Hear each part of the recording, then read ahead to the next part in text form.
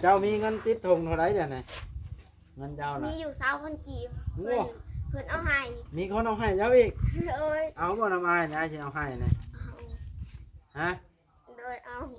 เจ้าสิไปไว้ชื่อหยังเงินนะ9,000นี่ ผมไว้ ผมไว้ โดยผมไว้ ผมไว้ชื่อน้ำเย็นกินเนาะ โด ไม่ ย อยู่วันนั้นเขียน ฮะอันเจ้าเข้าโรงเรียนยังว่าอ้ายสิเอาให้ไว้ไปเข้า ดี โรงเรียน มันเป็นใจ อันนี้บ่เข้าแล้วอ้ายสิให้ไว้เป็นกำลังใจให้น้องนะ วัด โด นี่ ย ดูมันขยันมันเพียรเด้อเอารู้จักอยู่บ่ซื้อข่อยนี่ จักเขาไว้แชทหาละ ผมบอส อ่า เออ อย่าลืมกดติดตามเพื่อเป็นกำลังใจให้ผมด้วยนะครับทุกคนขอบคุณมากๆครั ส บ บายดี สบายดีพี่น้อง FC บัดสุคูทุกคนเนาะเปิดภาพขึ้นข้างนี้ก็อยู่เฮือนปาวอนแต่ว่าเฮาสิมาสัมภาษณ์เบิ่งน้องดำพี่น้องเอ้ยก็คือเป็นหลานปาวอนหลานป้าแต้วนั่นล่ะถ้า FC ท่านใดติดตามเคสนี้น่าสิฮู้เนาะตั้งแต่เริ่มต้นป้าแต้วเคยเล่าให้ฟังผู้ที่ว่าลำบากยากจนพี่น้องไปอยู่ห้องเช่าเข้าซื้อแต่ว่าจนบ่ได้ห่ำได้เฮียนเท่าตอนนี้ก็ยังบ่ได้เข้าโรงเฮียนจักเทื่อเลยพี่น้อง เทมไปได้ ชื่อว่าน้องดำแม่นบ่น้อง โดย น้องดำอายุจักปีแล้ว 11 ปี 11 ปีแล้ว โดย เจ้ามีไอ้น้องจักคน 10 คน ฮะ 10อุตสาหไม่เท่า ว้าวอีหลีบ่เดี๋ยวนี้น้อง มีผู้ชาย4ยิง5เทิงเฮา มันก็เก้าแล้วอันน่ะ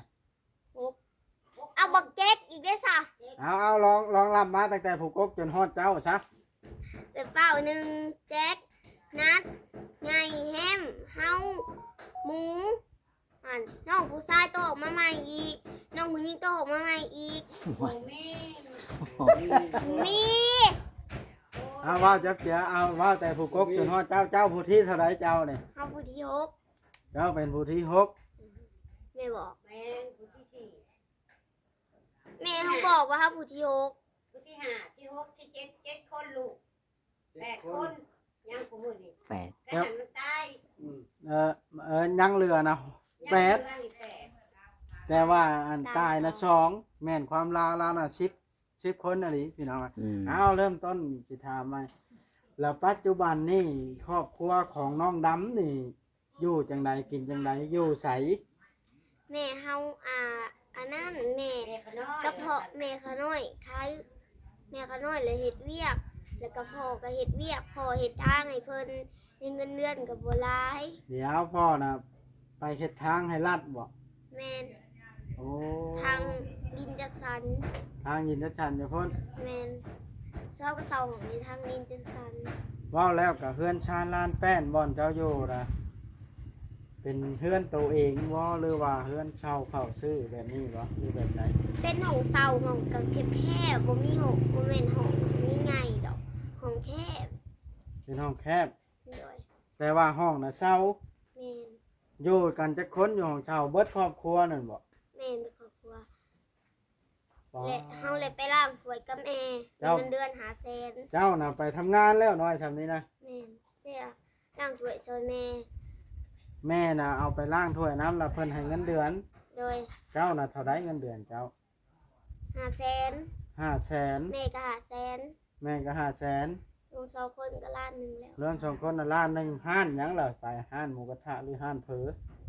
เฮือนไปไว้เฮือนล้างถ้วย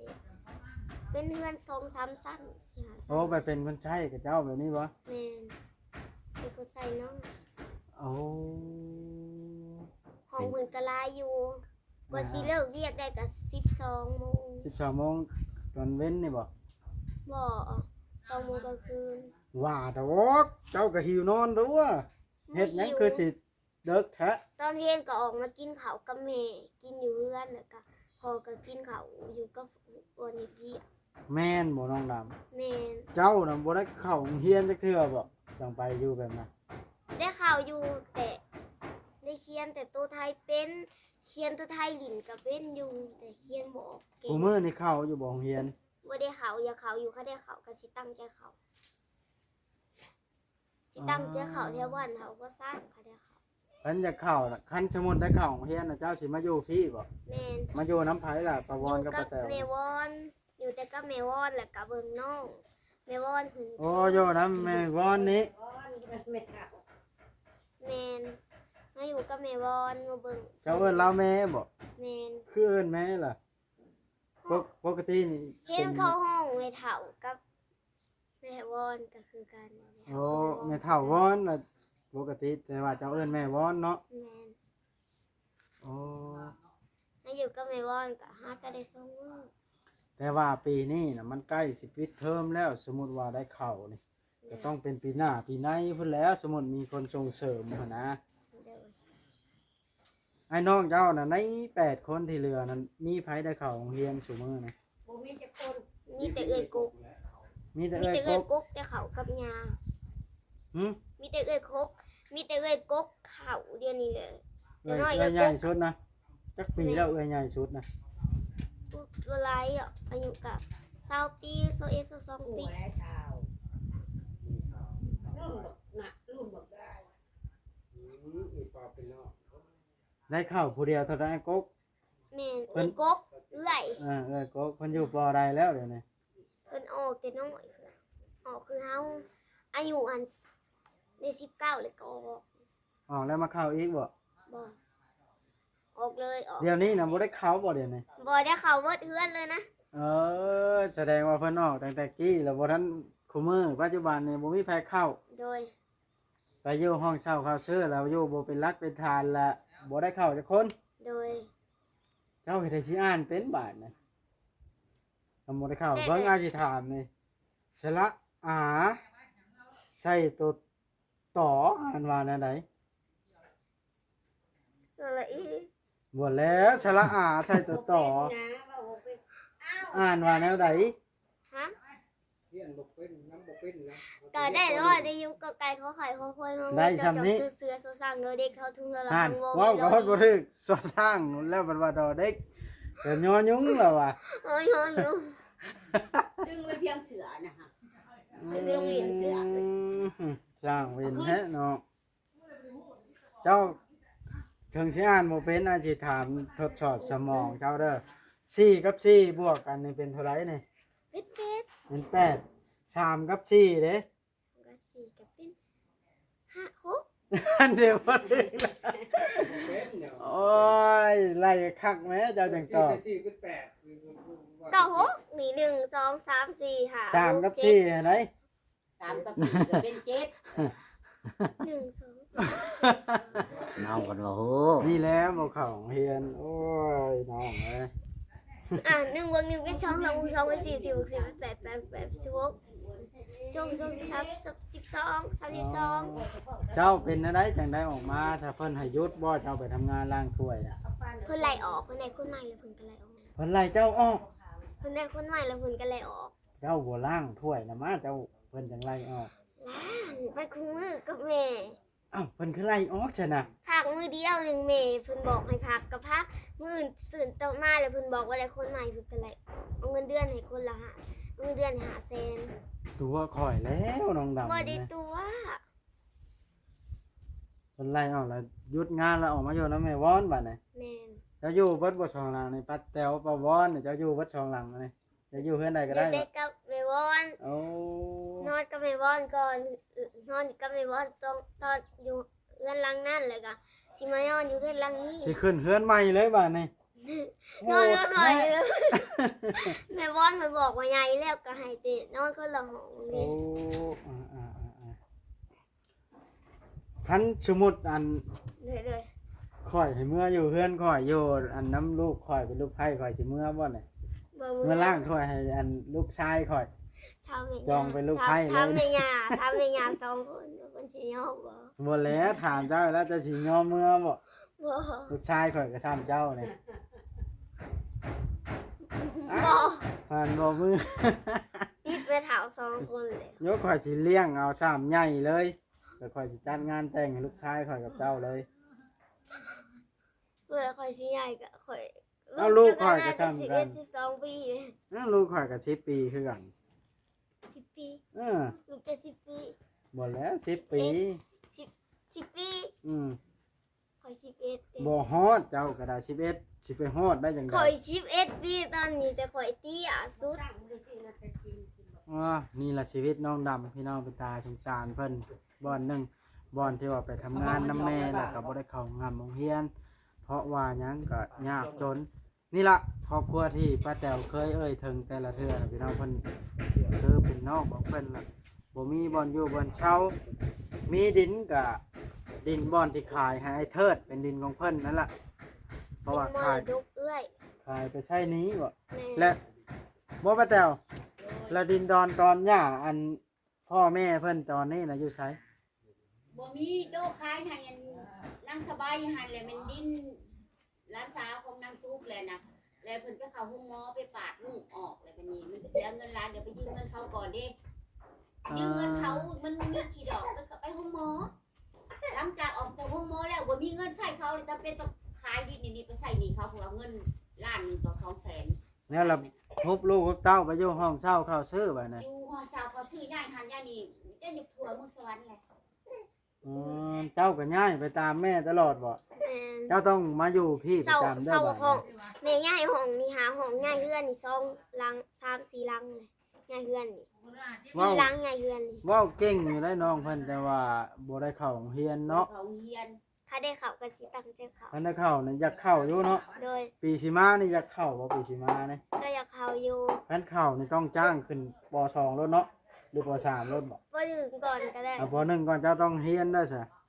คันสมมุติว่ามีผู้ส่งเรียนชื่อชุดนักเรียนให้แบบนี้นะชื่อชุดการเรียน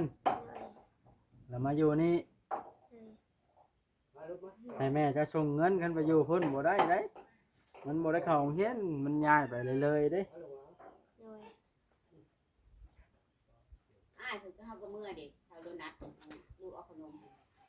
เจ้าน่ะก็มาเลยนี่ปีหนึ่งปีสองนี่มาแล้วเอามีบ่อยู่เด้แม่พาย่ายตลอด ก็เลยออกมาอยู่ชัย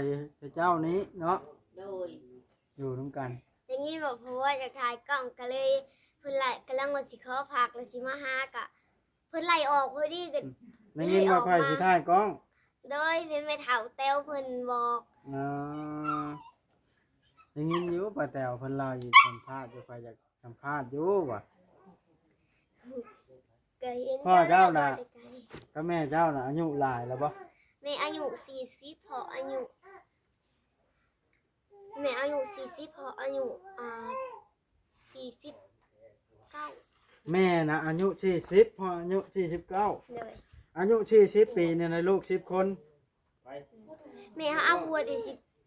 อยู่ 10 ซ้ำนั่นแหละ บ่แต่พี่น้องก็พังเอาเด้ออันนี้ก็ได้ แม่ก็เอาบัวแต่16 17ปีแหละเอาได้ประมาณ17ปีแม่ฮะ เกือบบ่บาปีเนาะ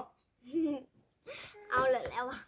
40ปีได้ลูกตั้ง10คนพุ่นน่ะพี่น้อง สมมุติ ดอกกระจายนำ ตายน้ำสอง ให้คนก็2คน เอาให้คนนอกนั้น เลย คันชั้นคอยเอาเด้อผู้นี้บอกแม่แล้วเด้อคอยสิเอาเมื่อเป็นลูกไผ่เลย ให้คนก็2คน ใหญ่ล่ะ ยังคนบ่มีนี่แหละมาเด้อ เดี๋ยวนี้ก็ยังบ่มีบ่อยู่อยู่เดี๋ยวนี้เนาะ บ่มี โอ้ ลำบากหลายอยู่ ลำบากเติบพอสมควรได้นี่เนาะ อันแล้วปนาย แม่นผู้ชักลายใส่คอนั่นบ่ อันนั้นลูกสาวเพิ่น ลูกสาวบ่น่ะ ลูกสาวเนี่ยเขาห้องหมอไปป่าลูกออกกับมด ผู้นั้นบ่ลูกสาวว่าชาวปลายปีนะอันนั้นบ่เนาะ แม่น วันนี้ลูกแม่เพิ่นให้ลูก2คนน่ะก็เอาให้คน2คนกับเงินเขาเจ้ามาเอาลูกเขาเด้ไปเสียค่าห้องหมอปาด อ๋อ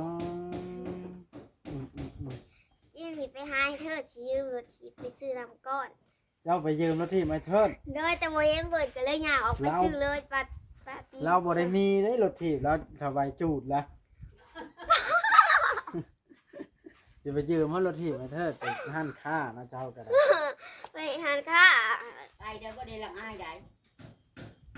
เจ้าเฮ็ดได้จังกล้าไปยืมเฮานำไม้เทิด ยังเฮ็ดเบิดได้ห่า เฮ็ด บ่ เบิด ได้ลังอาย ล้างถ้วยก็เป็นนึ่งข้าวก็เป็นบ่ เป็นหนึ่งข่าวล่างถั่วเห็ดกินตามมะคุง ตำหุ้งก็เป็นแล้ว ตามไปแล้ว แม่ซ้อน ต่อ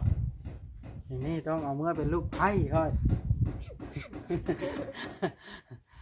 เมื่อบ่ลูกชายข่อยรอได้รอซำบ่จ้อยนี่ บ่ไปย้อมเลย ยอมเฮ็ดได้ บ่จ้อยแล้วหลายปีแล้วอันนี้แล้วคน50ปีแล้วบ่จ้อยครับ ก็คือยังน้อยอยู่ ยังน้อยเพียงตัวละน้อยซื่อ เอาไอ้ก็คือบ่ ยังใส่ สูง แน่นะจอย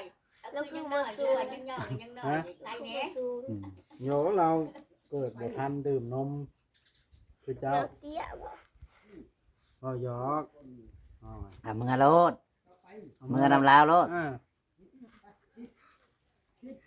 อ้าว น่ะขี่รถขาวข่อยเมื่อน่ะเห็นบ่เมื่อเห็นลูกไผข่อยเมื่อบ่ฮะ บอกแม่โลดโทรไปบอกโลด ทำแม่ย่าก่อน แม่ย่าคันแม่ย่า ถ้าที่จริงอยากไปอยู่แต่ถ้าต้องทำแม่ย่า2 คนกับพ่อเฒ่าเพิ่นอยู่หุ่มนั่นน่ะ เท้าไม่เท้า แม่เฒ่ากับพ่อเฒ่าเพิ่นก่อน โอ้คำเพิ่นให้เมื่อนี่เมื่อเนาะ เมื่อ ข่อยใช้เงินเดือนได้อีกเดือนละ200 บาท เมื่อบ่เมื่ออะไรข่อยสิอันให้เข้าโรงเรียนกับลูกข่อยนะช้อนกันไปแต่ละมื้อขี่รถไฟฟ้าไปรถไปบ่ลูกข่อยเข้าโรงเรียนคือกันเด้ เจ้าก็เป็นผู้จุ้งเหยครับ บ่ได้เขากับเป็นผู้หญิงเนาะตัวเมื่อยคือกัน เจ้าก็จุ้งคนหนึงก็นั่ง จูงแม่งขี่รถไฟฟ้าได้ เอา จ้าดอง เจ้า โอเค สมุดแรกมันว่าตามทางผู้ได้สิได้จูงผู้ได้สิได้ บ่ให้มันเบิดแล้วพ่อกระช่างให้แล้ว อ่า ไปบ่ไปอยู่น้ำข่อยแล้วเข้าโรงเรียนน้ำข่อยชามใหญ่ ทำไม่เท่า ข่อยสิ กับ จัดงานแต่งให้ลูกชายข่อยเลยบ่านะ ทำไม่เท่า ใหญ่แล้วข่อยสิมาส่งพี่ดอกบ่านี่มาส่งป้าแต๋วเข้าโรงเรียนจบป .5 แล้ว ทำไม่เท่ากับพ่อเท่าก็เลยทำเลย ถามเพิ่นเฮ็ดหยังเจ้าละตัดสินใจเนาะ เอาก็อยากไปอยู่แต่แม่ต้องทำไม่เท่าแล้วเพิ่นสิโทรไปบอกแม่เท่านั้นแหละ เว้าเก่งเนาะ